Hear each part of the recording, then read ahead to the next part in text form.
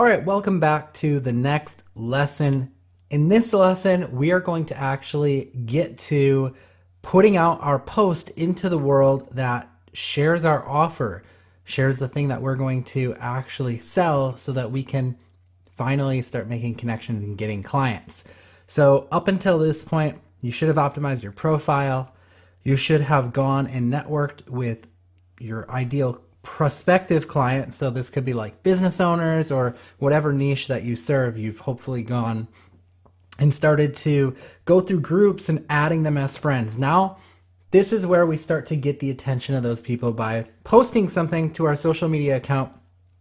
Like I said in the example of this entire course or workshop, we'll be using the Facebook example. So we'll be doing it through Facebook. So in this example, we're going to be doing a warmer post. And we're going to be doing it on our Facebook wall. So what is a warmer post? Well, it's just like it sounds like. It's a post that you will write to your Facebook wall. So this is going to show up to all of your friends. And the idea is to come up with an enticing offer that business owners can't refuse. And I'm using the example of business owners, but replace that with whatever your who is, whoever you serve. I'm willing to bet that most of you here who are watching this are probably serving business owners too, but maybe you serve a specific type or something like that. You could replace that with whoever it is you serve. So with the warmer post, you'll quickly find out who is interested based on feedback that you get from your post. And this is what I mean when I say by virtually raising their hand. Based on the feedback you get, you're starting to find out which business owners are interested in what it is that you offer. So, some rules about warmer posts. And we call them warmer posts because they're warming up your friends list. They're getting people who are actually showing interest. So these are some rules. They should have a ridiculously good deal attached to them. In some cases, that ridiculously good deal can be 100% free. And it works out really well when you do this. And don't worry if you're thinking like, I'm not looking to land a free client, I'm looking to land a paying client. That's where the back end comes in. So this is a front end offer. This is like a foot in the door offer.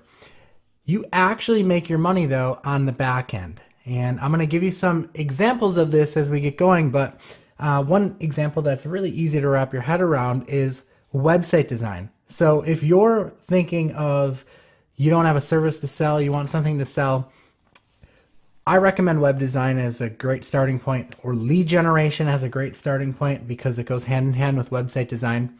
And your ridiculously good front end offer could be a free website. Now you may be thinking, well, where do I make my money then? Well, you have a couple different options. Option number one is you offer to build them the website for free, but the catch is that they have to pay you on a per lead basis for every lead that you bring them from that website. So that could be one way of going about it. That could get you into the lead generation industry.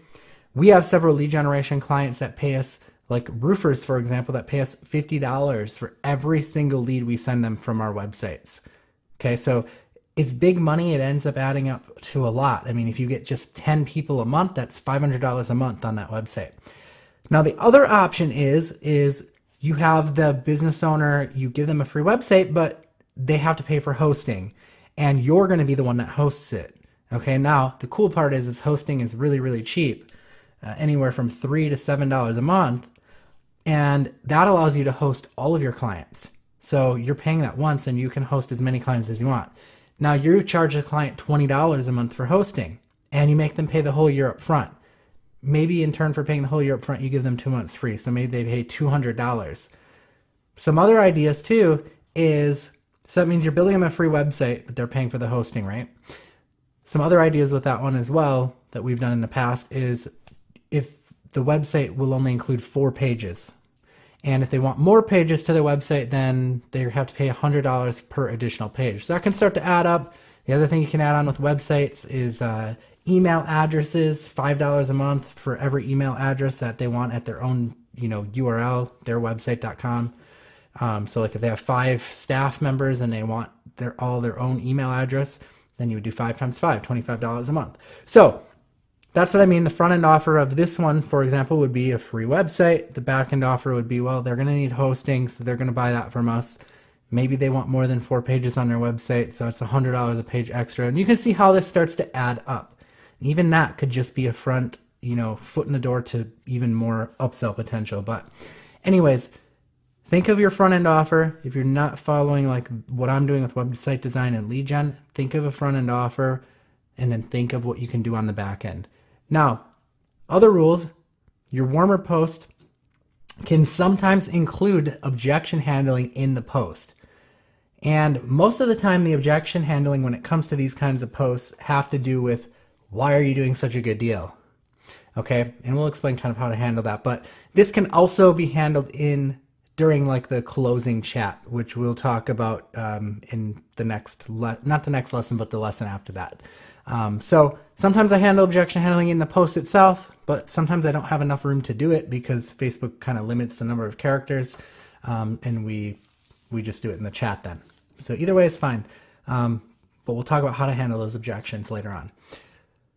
So another rule is it should call out who you serve. It said should call out, but I meant to say should call out who you actually serve. So if you serve business owners, that post should call out business owners. And should have some sort of scarcity element to it. And by scarcity, I mean you're limiting it to a certain number of people, or you're letting the offer expire at a certain time. So like maybe it's like only good until the weekend, or maybe it's only good for the first 3 people that reach out to you. Like that is what I mean. So if your warmer post has kind of all of these elements in it, then it's going to do really, really well. You're going to get a lot of people raising their hands. So let me give you some warmer post examples as starting points. So I'm looking for 3 blank. So this would be like your who. I'm looking for 3 business owners that need a free blank. So I'm looking for 3 business owners that need a free website. Comment, interested, or tag someone. Okay, so that's an example of one that doesn't really handle objections in it. It just kind of goes straight for it. So you're gonna have to expect to handle objections in the chat close later on. Let's try the first one again with a different niche. I'm looking for 3 business owners that need free leads. Comment, interested, or tag someone. Okay, so that would be one way. Second example, I'm giving away a free website to 3 business owners, just pay hosting. Boom, I handled the objection. Comment, interested, or tag someone. Now, the reason why I'm always saying comment, interested, or tag someone is because almost every social media platform, but especially Facebook, their algorithm is driven by comments. So the more comments you get on your post, the more reach your post is going to get, meaning the more of your friends are going to see it. And when people start tagging people in it, then friends of friends start seeing it, and it starts to get kind of the snowball effect to it. So always add some sort of call to action to make them comment on it. And if you can fit in the tag, that helps too. So this one, the second one's really good because you've got the irresistible offer, you've got who you're calling out for, you've got the scarcity, but you've also got some objection handling in there. Now, if I were to tailor this one to something a little bit different, let's say SEO. I'm giving away, or I'm going to do SEO for free to 3 business owners, just pay my costs to get it going. Comment, interested, or tag someone, right? So that's a way that you could get that going as well. Okay. Let's do number 3, the third example, and this is an objection handling as well. And this is great if you're new, this type of strategy. If you're new and you don't have a lot of confidence yet, you want to build up your confidence, you want to learn, this is great because the way that you set this one up is going to ensure that your prospect or your client that you get is going to be forgiving, right? They're going to be okay with you making mistakes because you're flat out telling them that you're new here. These last 2. So I'm building my portfolio. That suggests that you're new, right? That you don't know what you're doing quite yet, or maybe you know what you're doing, but you don't have any previous clientele. So you're handling an objection. You're also setting expectations, which is great if you're new. I'm building a portfolio. I need 3 business owners that need a website. Comment, interested, or tag someone. Boom. Great, right? And then the one below it. I'm learning SEO, and I need 3 business owners to practice on. We'll start for free and you can pay me when I get results. Comment, interested, or tag someone. Or I'm learning lead generation. I need 3 business owners to practice on. We'll start for free and you can pay me when I get some leads flowing in. Comment, interested, or tag someone. Okay, so this is the warmer post. I've given you several examples. I want you to go and write yours. Let me show you how to post it, and then we'll wrap up this lesson. This is really, really powerful, and I want you to make sure that you go and take action on this, but don't do it before you did the other 2 lessons. Make sure you do the other 2 lessons ahead of this one first, or your results here aren't going to be as great. Okay, so on Facebook here, go on your newsfeed, and the reason why I like to keep them somewhat short most of the time is because there's a section on Facebook here where you see this little colorful icon with letters. If you click that, it'll let you select a colorful background. And this colorful background really stands out. There's a bunch of them, just go through and pick one. But it really stands out. It shows up kind of like a picture on your Facebook wall and on people's news feeds. So if you can fit your words in here, it's going to probably do a lot better. So some of those longer posts I showed you might not all fit in here.